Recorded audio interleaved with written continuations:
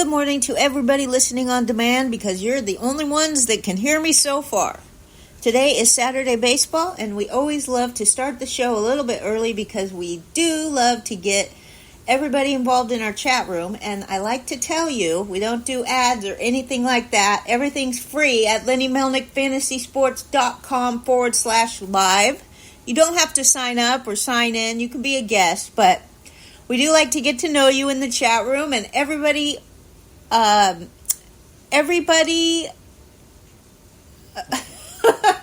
is this going to be a day like this? You never know how your words are going to come out until you get on air. However, everybody contributes. That's the word I was looking for. Everybody in our chat room contributes. We have a lot of great baseball minds. So if you love baseball, if you love fantasy baseball, you should be a part of our wonderful and glorious chat room. We never sell your info. There's no ads on the website. Everything is free. It's private. We don't bother you with spam. And it's just a fun time. As you know, Lenny Melnick has been doing podcasts for the last 35 years on fantasy baseball, and that's what he does. So that's why we do it. We do it because we've met such great people in our chat room. We love to talk baseball, and that's what we do. So you can catch Lenny Monday through Friday at 9 a.m. Eastern at the website on the live podcast page. You can also listen on demand. You can catch Happy Hour with the Happy Hour Social Club, King Hap and Taco. They're on Wednesday nights at 7:30. You can also find them on their Twitch channel at Happy Hour SC. The guys are great. You're on. The chat room is great over there too. So, and then you can catch me, of course, for Saturday Fantasy Baseball, and you can catch Lady and the Legend on Sunday mornings at 9 a.m. And I'm just going to let the chat room know that the sound is good, and we will go off. Let's go off the wall today. Here's the thing. This podcast might just trigger just all the right people, so we'll have to see about that. Also, I just want to say, I'm going to practice on you guys because I'm trying to come across a little less aggressive and assertive instead of aggressive, because I have a lot of opinions and I like to share them with people, and I'm not trying to be divisive. I'm just trying to have a conversation about certain things that I feel are important to me personally. A lot of people don't want to rock the boat and they're afraid to talk about these cultural matters that are happening, but I will talk about them, and I'm going to practice on you. I'm going to try very hard today to say what I have to say without sounding like I know everything and without sounding like I'm right and you're wrong. So thank you for giving me the opportunity to practice my communication skills to be better. We will talk about Bauer. We will talk about Title IX and women's sports. Both of these things are very important to me, but we're not doing it yet. We're talking about the Yankees first. I hope Captain Danny shows up today, because those pesky Dodgers, oh boy, I wouldn't blame Captain Danny if he slept in for a week, okay? The Yankees are tied for the best record in the American League. I want the chat room to go ahead and start getting your fingers working out and tell me who you think has the best record in the American League tied with the Yankees. No cheating, and I'll know if you do by the quickness, okay? By the quickness of your keyboard typing. So, as I said, the Yankees are tied for the best record in the American League. They're tied with one other team, and I know I'm waiting for some guesses. I know it's a little bit of a time lapse. John Garoppolo, great to see you. White Sox Al, wonderful to see you. Everybody, love to see you in the chat room on this glorious Saturday morning. The Yankees are actually 2 games ahead of the Orioles, Eddie. I hate to tell you that, but on the good news for Orioles fans, the run differential, the Baltimore Orioles are plus 22 and the Yankees are plus 22. The Yankees have a 2-game lead, but that doesn't necessarily mean they're better. They've just won 2 more games. The Royals, the Pirates, the Reds, and the Tigers each have fewer losses this year than the Dodgers. Oof, that hurts. I'm sending pink turds to the Indians. Yes, he's right. King Turd, you're right. The Indians well, it's not the Indian. Oh, forgive me. Okay, I'm not being socially acceptable again. the Guardians are tied with the Yankees for the best record in the American League. My first guess was the Kansas City Royals. Of course, they're doing very good, but they don't have the most runs the most wins. Now, what's going on with Blake Snell? The San Francisco Giants have lost by a combined score of 34-6 in Blake Snell's 3 starts this season with the San Francisco Giants. He took the loss yesterday. He allowed 5 runs on 9 hits and 1 walk over 4 2/3 innings. He only struck out 3. He's 31 years old. I know, look, we've had a lot of discussion about Blake Snell. He's an interesting, very unique pitcher who doesn't go deep into games. But look, that opinion is not the end-all be-all in baseball anymore, whether a pitcher can go deep into games. We should just get used to the fact that these pitchers do not go deep into games. And regardless of the fact that he couldn't go deep into games, he still put up a ton of strikeouts in a lot fewer innings. And I'll say Malpal convinced me to give a second look to Snell. He's not having a great start to the season. His last 23 starts of last year, 18 earned runs. His first 3 starts of this year, 15 earned runs. So the Diamondbacks beat the San Francisco Giants yesterday 17-1. The Diamondbacks tied a franchise record with 22 hits, okay? So what do you guys think of Snell? I got to get the input here. Got to have the stomach for owning Blake Snell. This is true. Absolutely. Good morning to Leonard Donaldson. Good morning to White Sox Al, Boston Paul, Data Premier, Dennis Timko, Aiden Timko, and Mrs. Timko. We love the family pictures and stuff. It's such a great family. Eddie Heckman and Teresa, John Garofalo and Lisa. Leonard Donaldson, Lenny Melnick, Malpal, Tina, Post 1958, SM King Turd, Rotorius, Triple Play, and a cast of thousands. I told you our chat room is fire, okay? So yesterday I got into an argument on X about Mason Miller. Somebody put up a chart. I actually reposted the chart. I thought the chart was cool. It showed a chart with the logo of each team and how many pitches have gone for over 100 miles an hour this year. And Oakland was top on the list, and that's thanks to Mason Miller. And one guy said something like, Mason Miller is elite in all capital letters. And I said, yeah, he's elite until he throws his arm out. And the dude got so offended by my comment. He was like, that's such a weirdo comment. And then a couple other people chimed in. And then I said, if he continues to throw as hard as he's throwing, he's going to throw his arm out. And honestly, to be honest, I said as a starting pitcher, which he was a starting pitcher last year. Clearly, the guy called me out and told me I was a retard and a dimwit and all these things because Mason Miller is not a starting pitcher.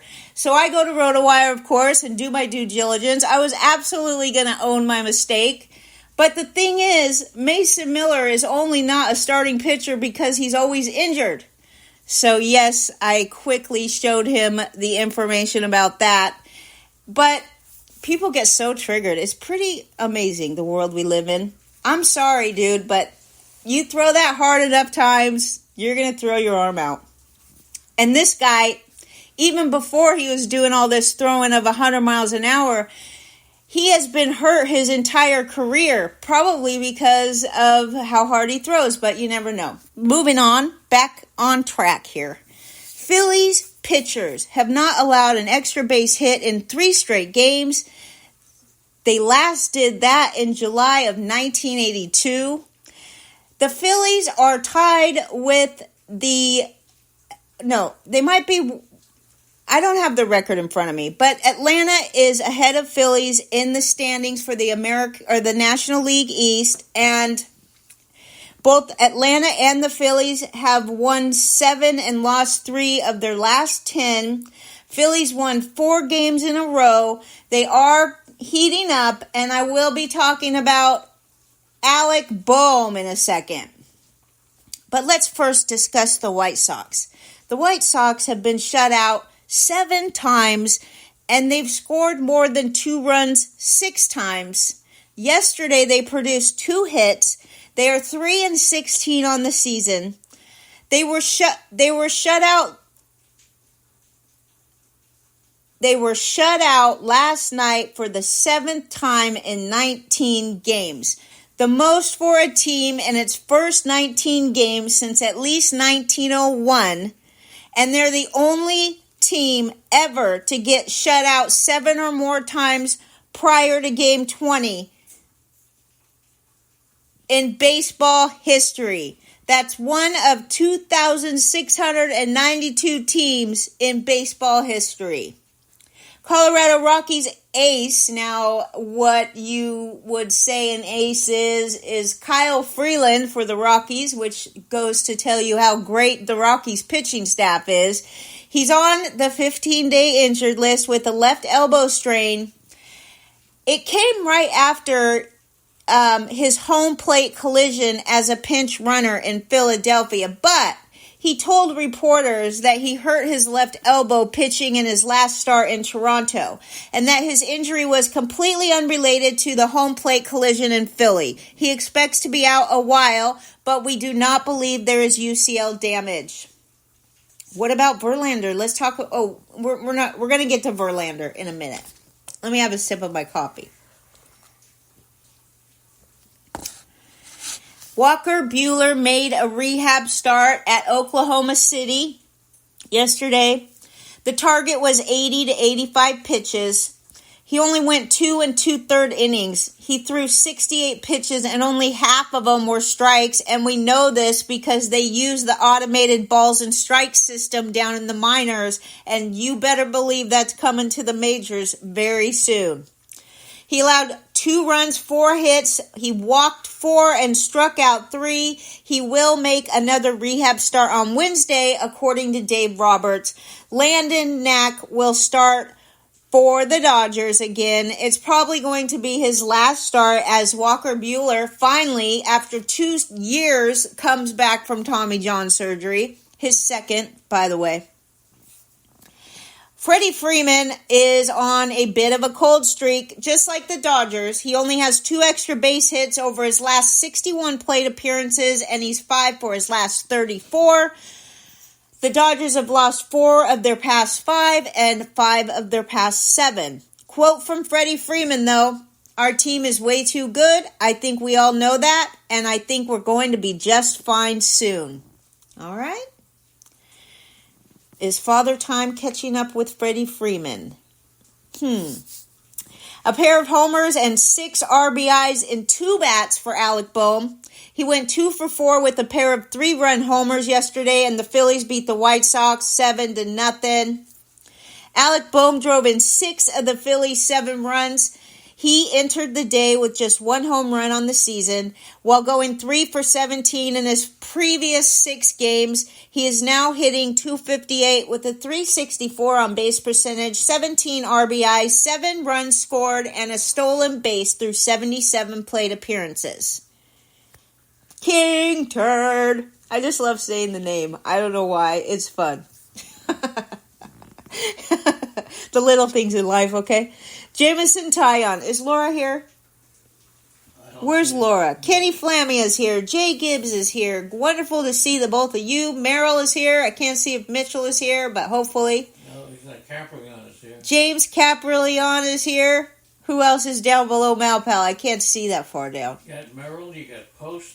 Post 1958. Rotorius. SM King Turd. Okay. Triple play. White Sox out. Triple play. White Sox out. And boom, it's King Hap.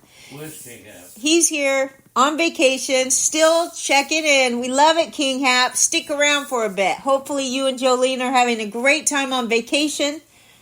All right? Jamison Tyon threw 17 first pitch strikes out of the 18 batters that he faced. Important because last season when he was down in the count, his OPS against was 1.282, while the league average was .931. He really does need to get ahead in the count, and he did a good job yesterday, making his Cubby's debut. Aiden's in the chat room. Aiden. All right, Aiden. On top. Aiden, we just love you, kid. Keep up the hard work. You're doing great. Juan Soto is off to one of the best 20-game starts of his career, behind only his incredible 2020. So far this season, Juan Soto has 26 hits, 5 home runs, 9 extra base hits, 45 total bases, 20 RBI, 347 batting average, a 468 on-base percentage, and a 600 slugging. So who...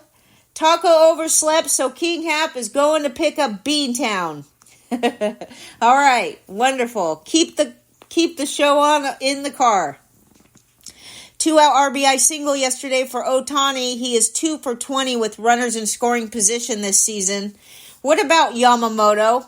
Allowed 7 first-inning runs on 8 hits and 2 walks in his first 4 starts, but yesterday he did set the Mets down in order with 2 strikeouts. Now, the Dodger beat writers finally want you to know that Yamamoto will be completely fine because this time last year, Kodai Senga had a 4.29 ERA and a 5.97 FIP. He's throwing a different ball than the one used in the NPB and is probably having some command issue. Okay, so now we're going to talk about the differences between MLB and Japanese NPB, right?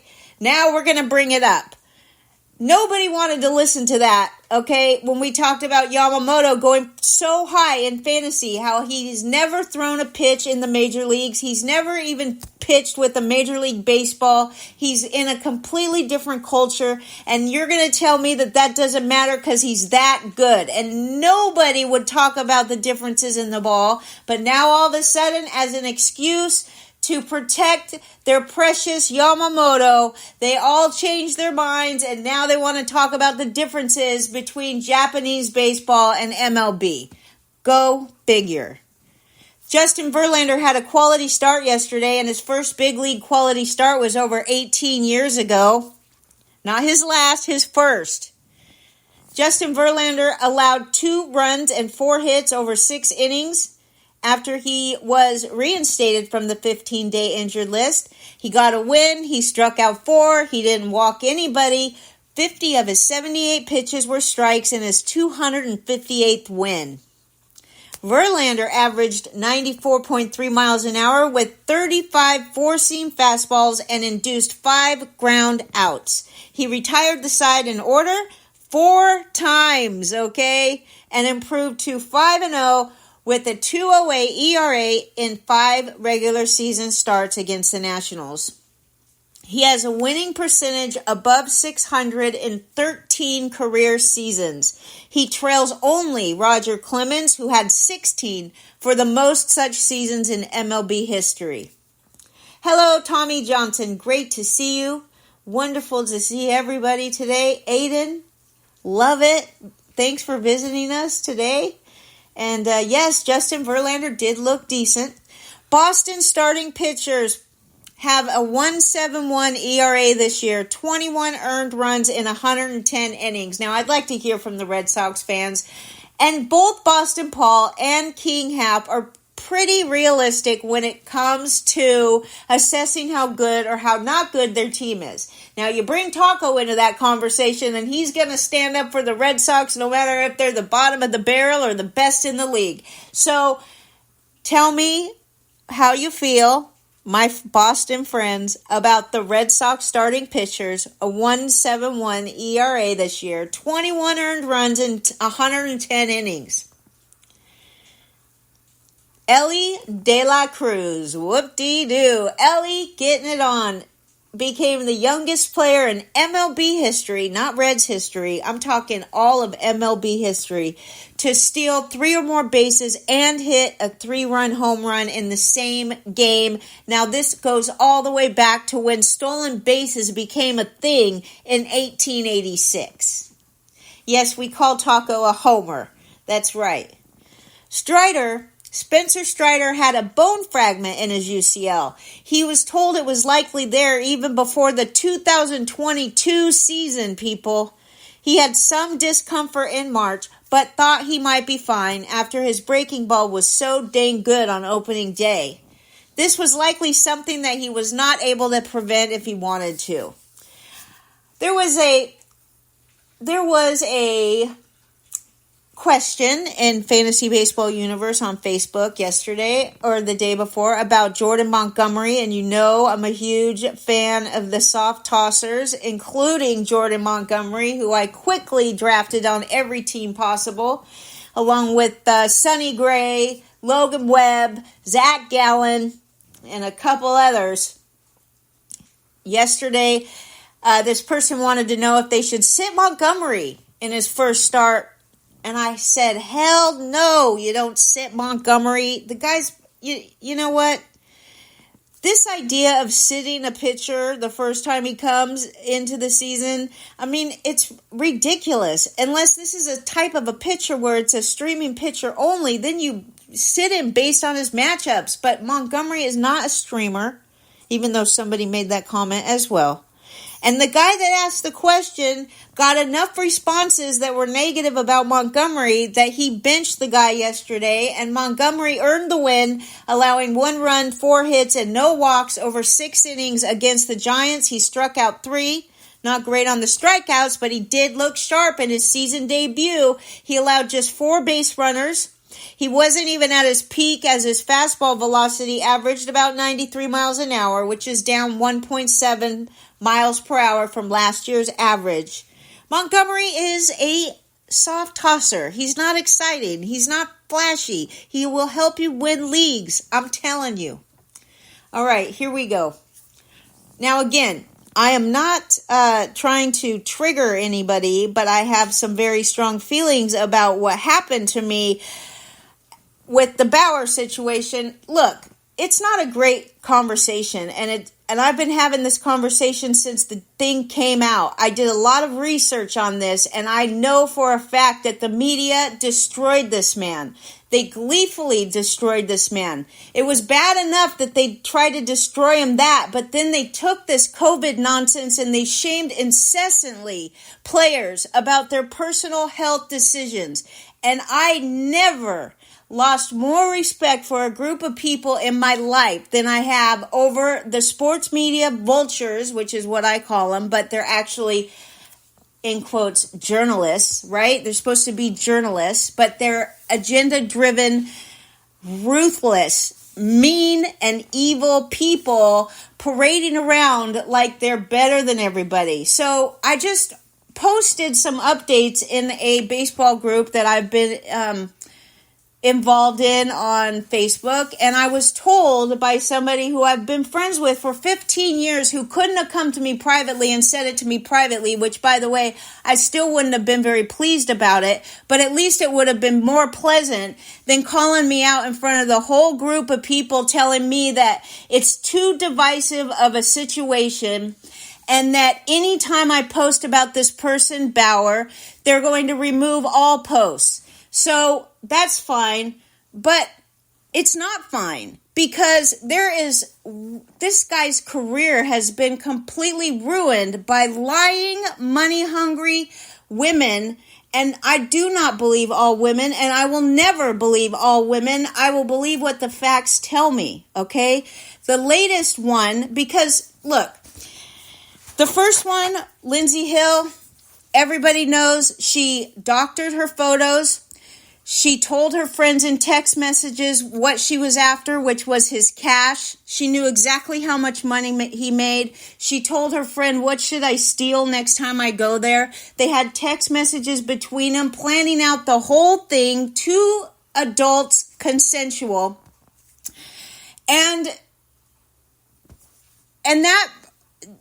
Bauer has been out here defending his innocence, and people still, they're like, why is this guy even still talking? Why doesn't he just shut up? Well, if this ever happened to somebody in your family, I would hope that you would be on the front lines defending their honor, their integrity, and yes, he made some bad life decisions. He obviously needed to pay attention to the people that he was hanging around with.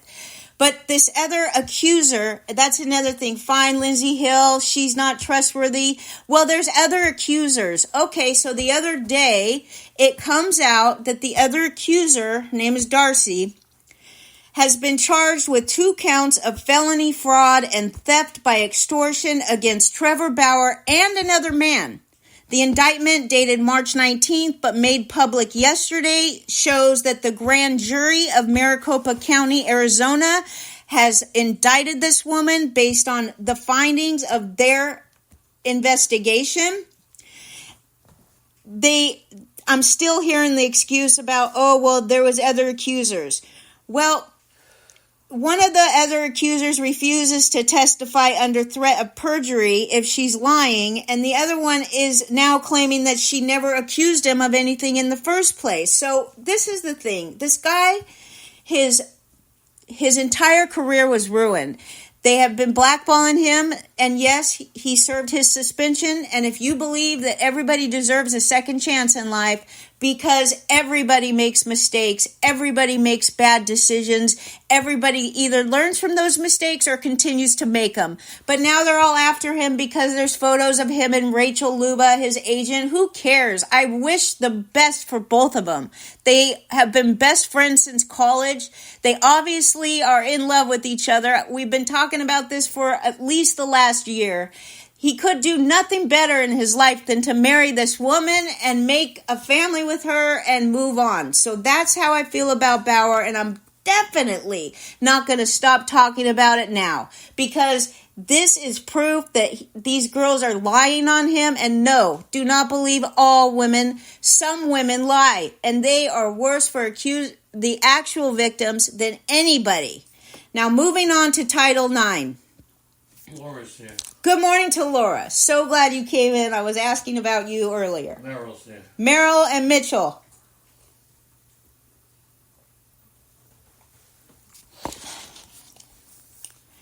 And Boston Paul says he may be innocent, and it may have been consensual, but he's not choking a lady. Okay, well, Aiden's in the chat room, and I'm going to keep this as kid-friendly as possible out of respect for Aiden and Dennis Timko.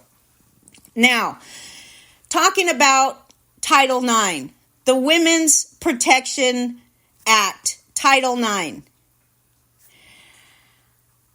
It's been in place for about 50 years to protect women in sports, to give them the same opportunities as men. It's been changed to change the words, what used to be biological sex, to gender identity. I know a lot of you in the chat room will say big deal, right? It is a big deal. It's a very big deal, because it means that biological males will not only compete against young women, but they will obviously take scholarships. They will get naked in locker rooms. They will crush these young women's dreams before they ever start. And the response I get a lot of times is, and this was before the Title IX was changed, people telling me it's very rare occasion. It doesn't happen very much. Nobody cares about this. And isn't that so sad that nobody cares about it? The only reason nobody cares about it is because they're going to be afraid of being called a transphobic. And nobody that I know is transphobic. But if you try to convince me that there's a such thing as a transgender kid, then obviously the parents are making the decisions for this child. Either way, a biological man has completely different physical makeup than a young woman. Okay? They're faster, they're stronger, there's no doubt about it. No matter how many hormones you take, you're bigger, you're stronger. I don't care if it's rare, if it's one young woman. Obviously, this becomes political, but I want to tell you right now, this is not political. This is about women's rights and the protection of women in sports. I'm a woman, okay, and I see a lot of these people on X all the time and on social media talking about how women belong, okay? They'll kill you if you say anything about a woman talking sports, or if a man happens to say he doesn't want to talk sports with all women. The whole internet goes crazy. Why aren't these people sticking up for these young girls? They say, well, it's only 32 trans people in college sports. Well, it's happening in elementary school. It's happening in high school. It's happening in college. And yes, while it was rare, it is rising exponentially. No matter how much you want to pretend it's not happening, it's rising exponentially because kids are being taught that it's really cool to change your gender. And these guys that are competing, look at Leah Thomas in the swimming thing. And again, I'd like to reiterate, I'm not going to be sidelined, and I'm not going to be devastated, and I'm not going to shut my mouth because some people on the internet are going to come at me full force about being transphobic. I could care less who you're with. I could care less what you look like. I could care less how you dress. It's your personal life as an adult. How can people cross the two? Because it's an easy excuse to get away with it. And I'll tell you one thing. This idea that young women now have to compete and share their locker rooms with men, biological men, the only people that can stop this from happening are the young women athletes. It's the only thing that will put an end to this nonsense. Now, yesterday I saw 5 girls, shot put girls, refuse to compete in the competition because there was a man in their shot put competing against them. So 5 of them in a row walked up to their starting spot, pretended they were going to throw the shot put, and walked off. It takes so much courage for these young ladies to do this, but it's the only thing that will stop the nonsense. And I will cheer so loudly for these young women who have the courage, because the adults can't fix it. The coaches can't fix it. The only people that can fix it are the young ladies refusing to compete against men in their sports. And that's that. Now, let's talk about some lighthearted stuff, right? Some FAAB pickups. Tyler McGill. Now, Jose Butto, B-U-T-T-O. I own him in most of the leagues, so if you're competing against me in a league, you probably won't be able to pick him up. But the manager, okay, he's still not owned in a lot of leagues, and I'm telling you, Carlos Mendoza said after his last start that he is not going anywhere, and I'm pumped up for the Mets. The Mets have a better record than the Dodgers, by the way. And I love the fact that they have this Jose Butto. He doesn't throw 100 miles an hour. His average fastball is 93 miles an hour. His last 2 starts, which are his only 2 starts this season, he's gone at least 6 innings in each of his 2 starts. He has 15 strikeouts in 12 innings, a .75 ERA, and a .75 whip. I love this kid. I love the fact that he does not try to throw 1,000,000 miles an hour. He dominated the Royals, which isn't saying that much, okay? But this year it kind of is, because the Royals have been very good, all right? He's got 15 strikeouts and 4 walks with just 1 run allowed over 12 innings at the major league level this season, and he should be picked up in every fantasy league, and I'm telling you, he's staying, because Tyler McGill, who's scheduled to come back on the 27th of April, has not even so much as started throwing the baseball. If he has, we don't know about it. There is no news update about Tyler McGill. And again, Carlos Mendoza said that Jose Butto isn't going anywhere, and the next youngster that you can be excited about. And you know, it's funny because Jack Leiter came up for a start and he got shelled. But you know, fantasy people were all over this guy. Just crazy, swarming on him. Turd loved him. Don't love rookies too much, but here comes another Jack Leiter, but maybe even better. His name is Scott. What's his first name, Laura? Christian, I think. I don't have his numbers in front of me. I don't remember his first name. His name is Scott. That's his last name. He's a Mets prospect. And he's on fire in the minors right now. And yes, the Mets, they seem to have a pretty full rotation right now with Butto. But you know how things go. You should put this Scott, Christian Scott on your watch list if he's not already there. And let's go Mets. Let's talk about the rally pimp for a minute, okay? There's a guy that goes to the games, and it wasn't him that came up with the name Rally Pimp, okay? But the fans started calling him the Rally Pimp because he goes to the games and he's all dressed up in a fur coat and like sunglasses, and he looks like Disco Fever, really, mostly. But the Mets are winning with this guy in the stands. So everybody's saying who's the king of the Mets. Well, currently it's the Rally Pimp because the Mets were so bad, and now all of a sudden, since this guy shows up, making his name known, this guy is nothing but fun. He's just all for fun. He's not out there to offend anybody, but of course, you know the world we live in. Somebody's upset about it. Andy Martino, right? The guy that writes for SNY. He covers the Yankees and the Mets, and this is just another example of these vultures out here virtue signaling about how that we shouldn't call him the Rally Pimp, and he's a disgrace, and it's offensive to people, and, you know, how are we supposed to let kids look up to us because we have a Rally Pimp, and then everybody, the whole internet turned on Andy Martino, and everybody loves the Rally Pimp. Well, the Rally Pimp put together a video, and he said, I don't care what you guys call me. I didn't come up with the name.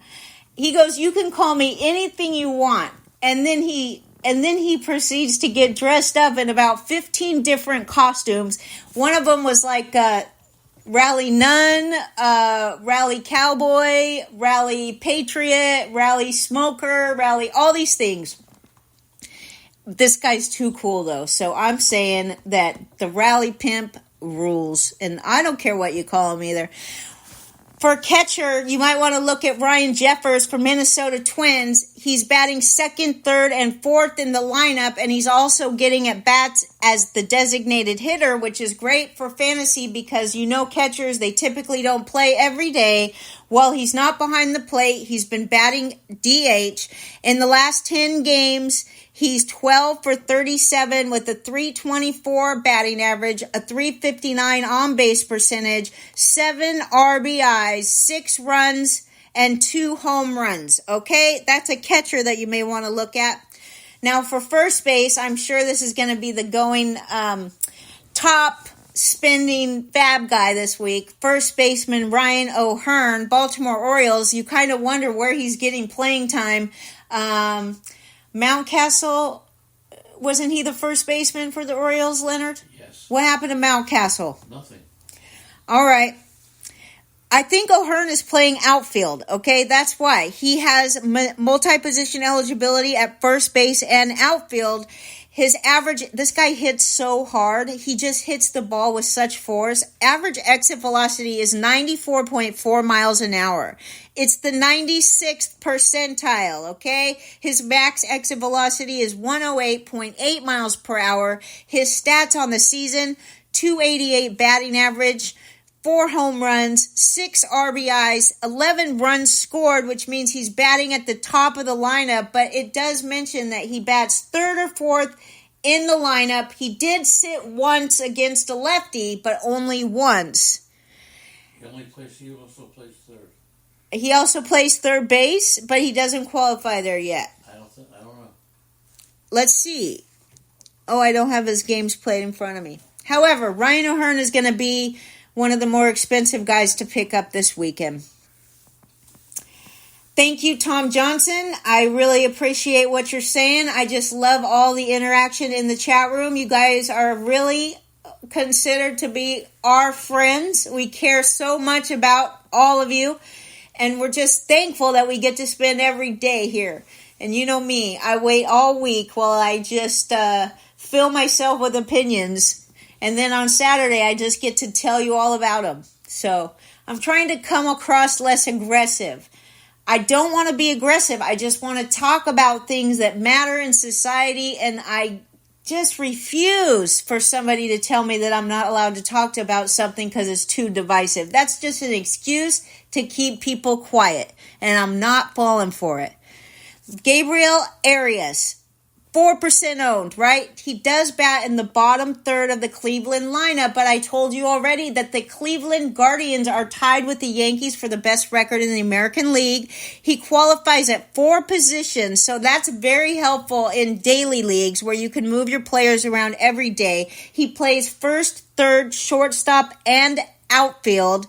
In the last 8 games from April 9th through yesterday, he is 9 for 26 with a 346 batting average, a 370 on-base percentage, 1 home run, 4 RBIs, and 4 runs. He has struck out 10 times, so I don't know how his on-base percentage is so good. I mean, he strikes out 37% of the time, and he only walks 4% of the time. Still, the best part about Gabriel Arias, Arias, forgive my pronunciation, is the fact that he plays first, third, shortstop, and outfield. Basically every position, okay, in the fantasy universe. Now, second base, Luis Garcia. He's 23-year-old for the Nationals.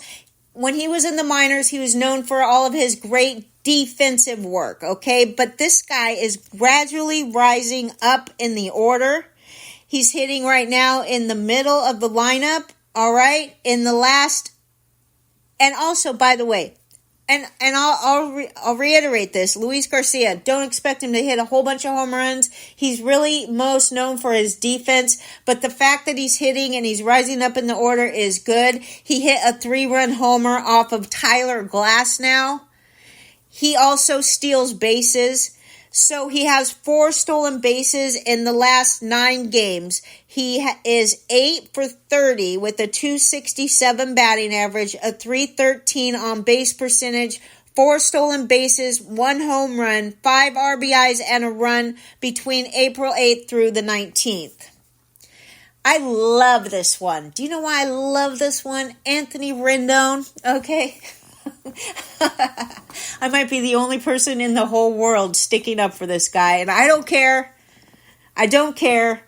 The guy signed a massive contract, and then he tells the world that he wishes the season was shorter. Well, look, let's just think of it from the baseball player's perspective, especially if you're constantly hurt like Anthony Rendon. I mean, I get the perception that it comes off that he just doesn't care to be healthy. He really doesn't care because he's just there to collect a paycheck. He also said something like he puts his family first above baseball. And like, I don't know of any family person that would disagree with that. I mean, it's just such a sad world that we would get annoyed at a guy who comes out and publicly says he puts his family before baseball, but he did, and he came off like a dick, and he came off like a guy who doesn't care. He just comes there to get his money. Well, I put a post up, okay, when I was drafting this offseason, and I put a post up saying,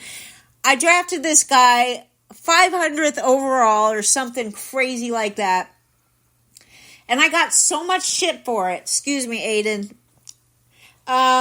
Anthony Rendon, 33 years old, past his prime, completely overpaid, but I don't care. He's been in the lineup in all but 2 of the Angels' first 18 games, and I'll tell you, one thing about this huge contract is the fact that he's guaranteed a spot in a lineup because they're paying him so much money. So if and when the guy is healthy, he's going to be in the lineup. Now, whether or not he could be useful to fantasy managers, I'll tell you what he's doing right now. He's hitting at the top of the lineup right ahead of Mike Trout, number 1.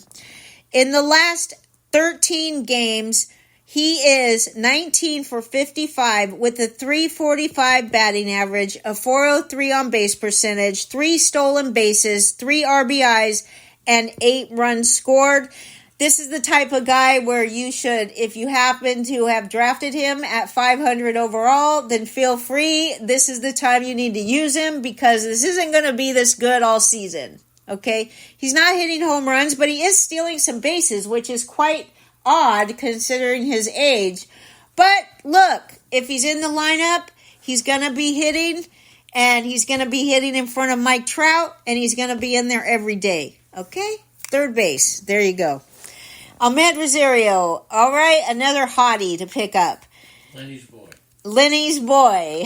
Lenny wanted me to make sure that you know, as you all know, because if you've been listening to Lenny for any significant amount of time, you know that he's been loving this guy since he was a prospect for the New York Mets. Okay, he's 28 now. In the last 12 games, he is 19 for 48 with a .396 batting average and a .396 on-base percentage. 9 RBIs, 2 home runs, 6 runs scored, and 2 stolen bases. And I'll tell you what, everybody thinks this guy can't hit lefties. No, righties. We thought he couldn't hit righties, which was a huge blow because when you can't hit righties, that means you're on the short side of a platoon at best. But he is batting .343 in 35 at-bats against right-handed pitching this year. He's got a .343 average, 1 home run, and 5 RBIs, okay? He's also hitting .304 against lefties, and he's also hitting in the middle of the Tampa Bay Rays lineup. Outfielders to check out this weekend is Jake Fraley for the Reds. So far on the season, he's batting .378 with 1 home run, 5 stolen bases, 13 runs, and 4 RBIs. He has been sitting for the most part against left-handed pitcher, but I'll tell you what, they've been leaving him in the lineup against lefties, and he's gone 4 for 8 with a home run so far against lefties this season. He's batting 5th in the Reds lineup, and he's the starting designated hitter for the Reds, so you don't have to worry about him missing out time in the outfield. In the last 9 games, he's 9 for 29 with a .310 batting average, .412 on-base percentage, 4 stolen bases, 1 home run, 4 RBIs, and 9 runs scored. Another guy to look at this weekend in FAAB is Jesse Winker for the Nationals. Winker has a history of being injured all the time. He got hurt on opening day, and he went on the injured list immediately after that. He has a lengthy injury history, okay? But so far this year, 30 years old, .345 batting average, 2 home runs, 2 stolen bases, 12 runs scored, and 6 RBIs. In the last 14 games, Jesse Winker is 15 for 47, .319 batting average, .431 on-base percentage, 2 stolen bases, 5 RBIs, 2 home runs, and 11 runs scored. Versus right-handed pitching, they have him batting 2nd or 3rd. Against lefties, they have him batting 2nd or 5th. So this guy has a prime spot in the batting order. He is their starting designated hitter. For the Nationals, not a great team, but if you're looking for somebody, and like I said, he's probably available because he gets hurt so much and people have given up on him. But like I also mentioned, he's still only 30 years old, and he still steals bases. Do I even have to bring up Esteury Ruiz? Esteury? It sounds like a tongue twister, dude. Esteury Ruiz. I don't even have to tell you what he's doing. We all know this guy is a game changer, even if the only thing he ever does is steal bases. People will say, well, you can't steal first base. I know, but he managed to steal 70 bases last year, so don't tell me he can't get on third base or first base or second base. All right, let's talk about Andy Pages. Los Angeles Dodgers. Everybody's going to go crazy on Andy Pages. My suggestion is to avoid Andy Pages because someone else is going to spend too much money on this kid. Now, he came back from injuring his left labrum. He's 23 years old, by the way. He's very young, 23 years old. Took him 11 months to the day to come back from the injury to his left labrum. Now, on his first major league pitch he ever saw, he hit an opposite field double on April 16th. He is the number 3 prospect for the Dodgers, all right? And he did have a great spring, so I'm not trying to take that away from him. It just matters how much do you count on spring to tell you what he's going to do. I will also say that good spring carried over into him hitting .371 with 5 homers and 15 RBI in 15 games at AAA. So yes, he's also crushing AAA. don't forget James Outman did this last year or the year before that. I mean, I could go on and on about the number of rookies that do this, okay, and everybody goes and spends all their FAAB on him.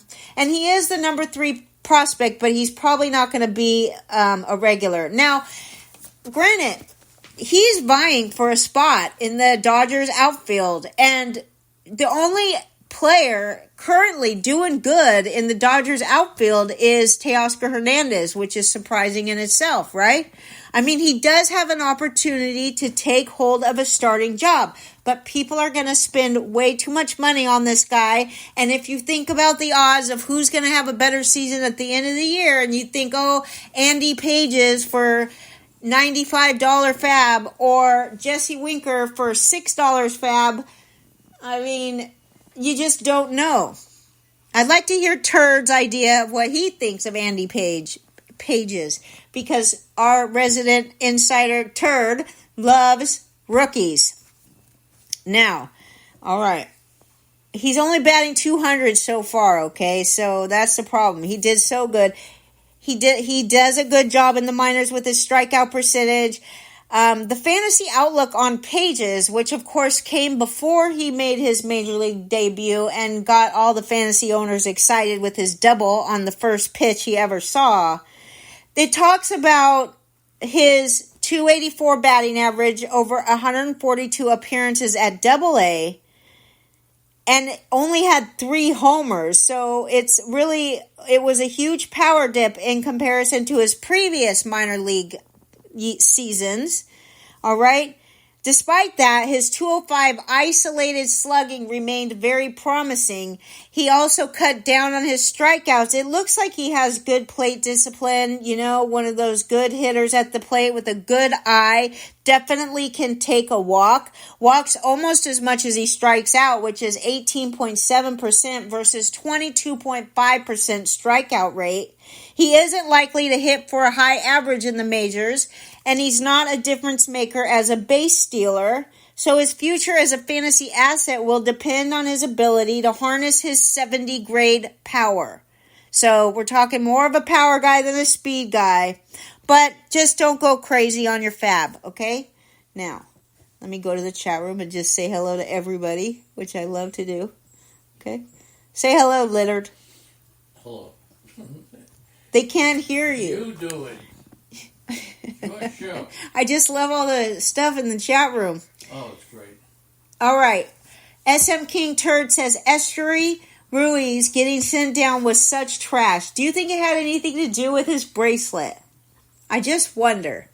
Because there is somewhat of a conspiracy theory going around about the 4 guys that wore the bracelets that said sell the team.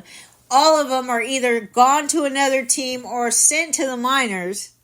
And Estuary was one of them. And you can't give me any good other reason why he was sent down. I mean, I wouldn't really even buy into this idea about the bracelets unless the fact that Estuary did nothing wrong to get sent down.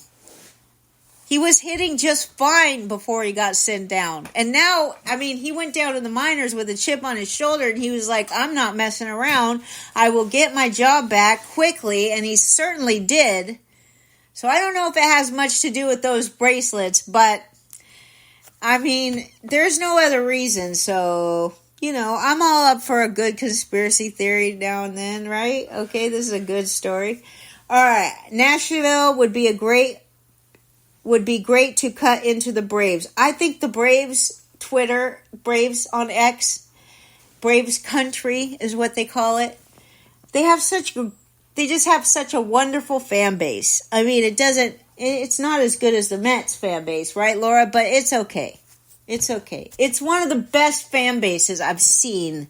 All right.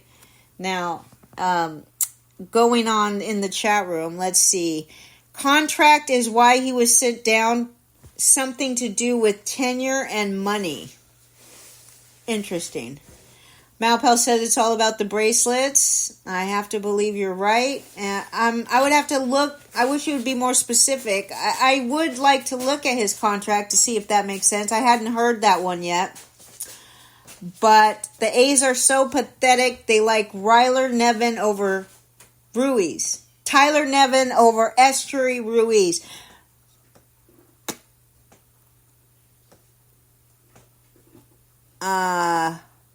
Is Tyler Nevin Phil Nevin's kid? Yes. Oh, good grief. Second base eligible Justin Turner plays a lot for King Turd.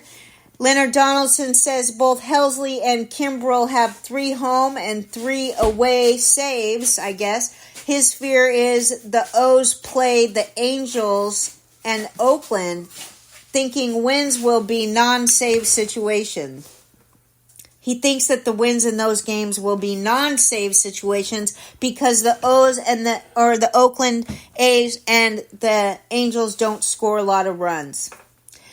Turd has second base headaches in most leagues with Nolan Gorman, so Holiday is nice to have where he has him. Yes, Nolan Gorman off to a really crappy start.